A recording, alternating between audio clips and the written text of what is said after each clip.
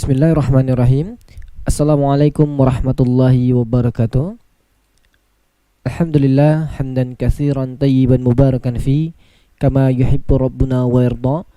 Asyhadu an la ilaha illallah wahdahu la syarikalah wa asyhadu anna Muhammadan abduhu wa rasuluhu amma ba'd. Para pemirsa, para pendengar dimanapun Anda berada, Alhamdulillah segala puji bagi Allah Subhanahu wa ta'ala atas segala karunia dan nikmatnya, sehingga pada kesempatan malam yang berbahagia ini insyaallah ta'ala kita akan melanjutkan kajian kitab Kaifa Tuwajihul Ibtila bersama guru kita Al-Ustadz Roni Nurishmansyah hafizahullah ta'ala. Taib ikhwatal iman, para pendengar dimanapun Anda berada, alhamdulillah sudah tidak terasa kita sudah memasuki di pertemuan yang ke-17, yang mana insyaallah sebentar lagi kajian ini akan diselesaikan sebelum Ramadan insyaallah ta'ala biiznillah. Tapi ikhwatal iman, para pendengar dimanapun Anda berada, seperti biasa di akhir kajian insyaallah ta'ala kita akan buka sesi tanya jawab. Dan bagi Anda yang ingin bertanya, silakan kirimkan pertanyaan Anda melalui pesan singkat ataupun WhatsApp di nomor interaktif di 082278175837. Saya ulangi, bagi pemirsa ataupun pendengar yang mendengarkan kajian pada malam hari ini dan ingin bertanya, silakan langsung kirimkan pertanyaan Anda melalui pesan singkat ataupun WhatsApp di nomor interaktif di 082278175837, atau bisa menghubungi di media-media yang mengikuti relay pada kesempatan malam hari ini. Taib ikhwatal iman, para pendengar dimanapun Anda berada, kita coba untuk menghubungi Ustadz terlebih dahulu.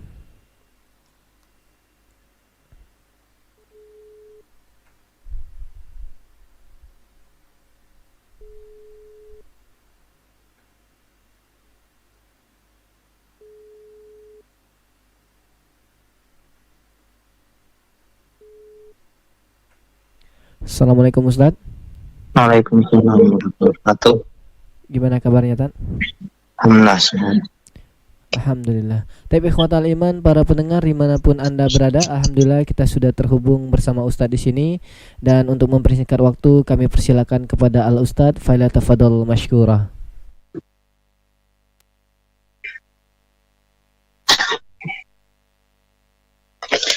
Alhamdulillah, salatu wassalamu ala Rasulillah ala alihi wa ashabihi wa man walah wa la hawla wa la quwata illa billah. Segala puji bagi Allah Subhanahu wa taala yang pada malam hari ini Allah Subhanahu wa taala masih memberikan kita kesempatan untuk melanjutkan pelajaran kita membahas hikmah di balik musibah dari kitab Kaifa Tuwajihul Ibtila. Bagaimana engkau menghadapi ujian dan cobaan, membahas 43 kaidah dalam menghadapi musibah. Kita akan berbicara panjang lebar tentang kaidah yang ke-33 yang kemarin sudah kita bahas, dan ini berjumpa kita yang ke-17, yaitu kita menghadapi musibah, ujian dan cobaan dengan doa. Kita bahas kemarin hadis dari Nabi SAW, la yaruddul qadar illa doa. Tidak ada yang bisa mengubah takdir, mencegah takdir kecuali doa. Hadis riwayat Ibnu Majah. Dan sekarang kita akan bahas beberapa contoh-contoh bagaimana Nabi terdahulu, mereka ketika ditimpa kesulitan, disapa oleh musibah, mereka berdoa kepada Allah Subhanahu wa ta'ala, karena doa adalah senjata kita kaum mukminin, dan doa di antara kiat terbaik ketika kita sedang menghadapi musibah.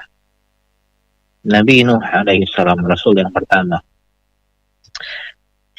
Beliau adalah Abul Bashar yang kedua, bapak para manusia yang kedua.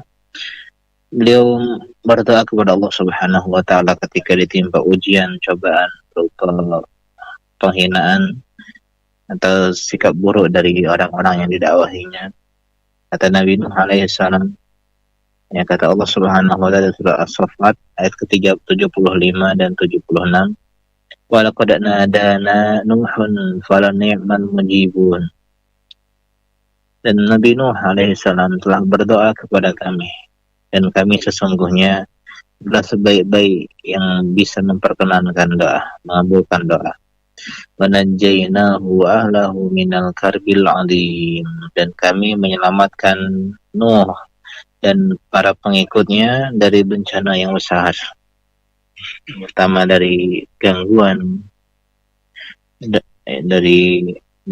kaumnya, yang kedua dari air bah yang begitu dahsyat yang Allah Subhanahu turunkan air dari langit dan juga Allah pancarkan dari bumi.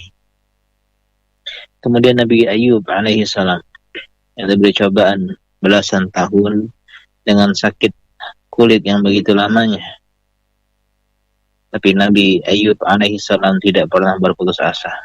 Dia bersabar, berharap pahala dari Allah Subhanahu wa taala, dan senantiasa berdoa kepada Allah Subhanahu wa taala. Dalam surat Al-Anbiya ayat ke-83, wa ayyuba idna darabbahu anni massaniyad durr wa anta arhamur rahimin. Dan ingatlah kisah Nabi Ayub ketika beliau berdoa kepada Allah Subhanahu wa taala, Tuhannya, ya Allah, sesungguhnya aku ditimpa penyakit dan Engkau adalah zat yang maha penyayang di antara semua yang penyayang. Kemudian apa hasilnya? Allah Subhanahu wa taala berfirman, fastajabna lahu fakashafna ma bihi min dur. Kami perkenankan doanya, kami kabulkan doanya, dan kami hilangkan penyakit yang ada pada diri. Wa atainahu ahlahu wa mithlahum ma'ahum rahmatan min indina wa zikra lil abidin. Dan kami kembalikan keluarganya kepadanya, bahkan kami lipat gandakan jumlah mereka sebagai rahmat dari sisi Allah, sisi kami, dan sebagai peringatan bagi orang-orang yang beribadah kepada Allah Subhanahu wa taala. Al-Anbiya 84. Kemudian selanjutnya Nabi Yunus alaihissalam yang berdoa kepada Allah Subhanahu wa taala, dan dia tidak berdoa kecuali kepada Allah Subhanahu wa taala.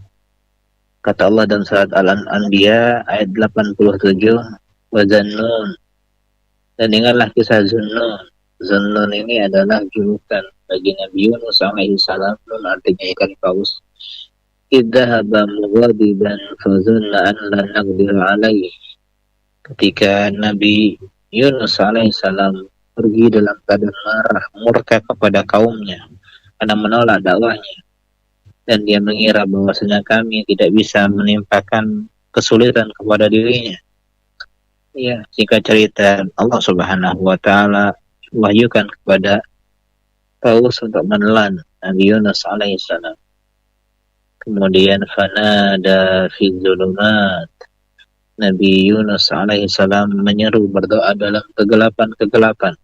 Itu kegelapan ikan paus, kegelapan dasar lautan, dan kegelapan malam hari. Kemudian kata Nabi Yunus alaihissalam, la ilaha illa anta subhanaka inni kuntu minadh dhalimin. Berdoa kepada Allah Subhanahu wa taala, la ilaha illa anta, tidak Tuhan yang berhak disembah selain Engkau ya Allah. Subhanak, maksudnya Engkau, inni kuntu minadh dhalimin, aku termasuk orang-orang yang zalim. Lalu apa buahnya, apa hasil dari doa tersebut? Fastajabna lahu wa najjaynahu minal gham wa kadzalika nunjil mu'minin. Al-Anbiya 88. Maka kami kabulkan doanya Nabi Yunus alaihissalam, kami selamatkan dia dari kesedihan dan kekhawatirannya, dan begitulah kami selamatkan orang-orang yang beriman. Nabi Zakaria yang meminta kepada Allah Subhanahu wa taala keturunan, Allah kisahkan dalam Al-Anbiya 89 sampai 90. Wa Zakaria idna darabbahu rabbi la tadarni farda wa anta khairul warithin. Dan Nabi Zakaria ketika dia berdoa kepada Tuhannya, wahai Tuhanku ya Allah, la tadarni farda, jangan Engkau biarkan aku hidup sendiri tanpa ahli waris, tanpa memiliki keturunan. Wa anta khairul warithin, dan Engkaulah waris yang paling baik. Kemudian apa balasannya? Fastajabna lahu, kami kabulkan doanya. Setelah di usia tua anak Nabi Zakaria, ya wahabna lahu Yahya, kami berikan dia seorang putra bernama Yahya. dan dia pun seorang nabi, aslahna lahu zawjahu, dan kami perbaiki istrinya sehingga bisa melahirkan. Nabi Yakub alaihi salam kehilangan buah hatinya, Nabi Yusuf putranya sejak kecil jauh dari dirinya. Lihat kata Nabi Yakub alaihi salam dalam surat Yusuf 86, qala inni lama ashku batti wa huzni ila Allah wa a'lam minallahi ma la ta'lamun. Nabi Yakub berkata, aku mengadukan kesedihan dan kesusahanku hanya kepadamu ya Allah, ya kepada Allah subhanahu wa ta'ala. Aku mengetahui dari Allah apa yang tidak kalian ketahui. Akhirnya Allah subhanahu wa ta'ala kabulkan doa Nabi Yakub alaihissalam. Nabi Yakub berjumpa dengan putranya Yusuf dan putranya yang lain itu Bunyamin. Nabi Yusuf alaihissalam pun demikian diuji dengan tipu daya wanita. Dia berdoa kepada Allah, berlindung kepada Allah. Dalam surat Yusuf ayat ke-33 sampai 34, wa illa tasrif anni kaidahunna asbu ilaihinna wa akum minal jahilin. Ya Allah, kalau engkau tidak menjagaku, menghindarkan aku dari tipu daya mereka, maka aku akan cenderung untuk memenuhi keinginan mereka, dan tentu aku jadi orang-orang yang bodoh. Fastajaba lahu rabbuh, kemudian Allah mengabulkan doanya. Wa sarafa anhu kaidahunna, Allah memalingkan, menghindarkan Nabi Yusuf alaihissalam dari tipu daya wanita tersebut. Innahu was-sami'ul alim, sungguhnya Allah Maha mendengar lagi Maha mengetahui. Begitu juga Nabi kita Muhammad sallallahu alaihi wasallam dan para sahabat-sahabat dalam perang Badar, 300 sekian belas melawan 1000 pasukan. Yang pasukan bukan sembarang pasukan. Mereka dengan senjata lengkap, sedangkan kaum muslimin yang 300 tadi ini tidak perang, hanya mencegat kaki lajang Abu Sufyan. Kemudian Allah bercerita dan soal Al-Anfal ayat ke-9, Itastaghiithuna rabbakum fastajaba lakum anni mumiddukum bi'alfin minal malaikati murdifin. Dan ingatlah ketika kalian berdoa kepada Allah subhanahu wa ta'ala, minta istighatsah, pertolongan di saat kalut, di saat takut, kacau, fastajaba lakum, Allah kabulkan doa kalian. Ini mumiddukum bi'alfin minal malaikati murdifin, aku turunkan bala bantuan berupa malaikat yang berjumlah 1000 malaikat yang datang berturut-turut. Begitu juga dalam perang Al-Ahzab, perang Khandaq, ketika orang-orang musyrikin, orang-orang Yahudi bersekutu membuat kelompok besar untuk memerangi Nabi di Madinah, Nabi mendoakan mereka, Allahumma munzilal kitab, sari'al hisab, ihzimil ahzab, Allahumma zilhum wa zalzilhum. Dalam Bukhari dikatakan, ya Allah, zat yang menurunkan Al-Quran, yang maha cepat perhitungannya, hisabnya, hancurkan ahzab, uluh lantahkan pasukan mereka. Allahumma ya Allah, ihzimhum, binasakan mereka, wa zalzilhum, dan goncangkan mereka. Apa hasilnya? Allah subhanahu wa ta'ala datangkan angin topan, angin badai kepada pasukan Ahzab, sehingga mereka luluh lantah dan kalah, pergi menjauh dari kota Madinah. Kota Madinah menjadi aman dan tidak jadi diserang oleh pasukan Ahzab. Dan juga ada kisah yang sering kita dengar dari sahabat Ibnu Umar radhiyallahu anhu, yang hadis ini diriwayatkan oleh Imam Bukhari dalam sebuah kisah yang panjang tentang masalah doa dari Nabi SAW. Beliau berkisah tentang 3 orang di masa Bani Israel yang mereka sedang diguyur hujan yang sangat deras. Akhirnya kalau kita kehujanan, maka kita berteduh mencari tempat agar kita bisa menghindarkan diri kita dari siraman hujan. Mereka bertiga ini akhirnya menemukan sebuah gua, tempat berteduh. Setiba mereka di sana, tiba-tiba terjadilah longsor. Nanti longsor, ya bebatuan di atas gua tadi jatuh sehingga menutup pintu gua sehingga mereka terkurung di dalam sana. Seorang di antara mereka berkata, Innahu Allah, ya haula, la yunjikum ila sidq, waliyadu kullu rajulin minkum bima ya'lam annahu qad sadaqa fihi.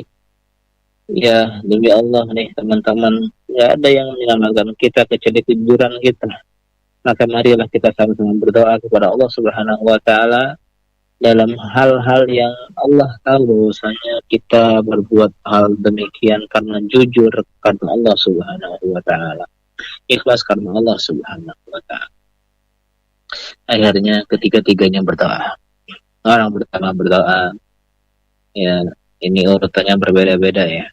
Di sini disebutkan bahwasanya orang yang pertama mengatakan, saya dulu seorang yang punya pegawai yang bekerja, buruh yang bekerja, yang setiap hari diberikan upah satu farak, yaitu 16 rital atau setara 40 kilo, ya,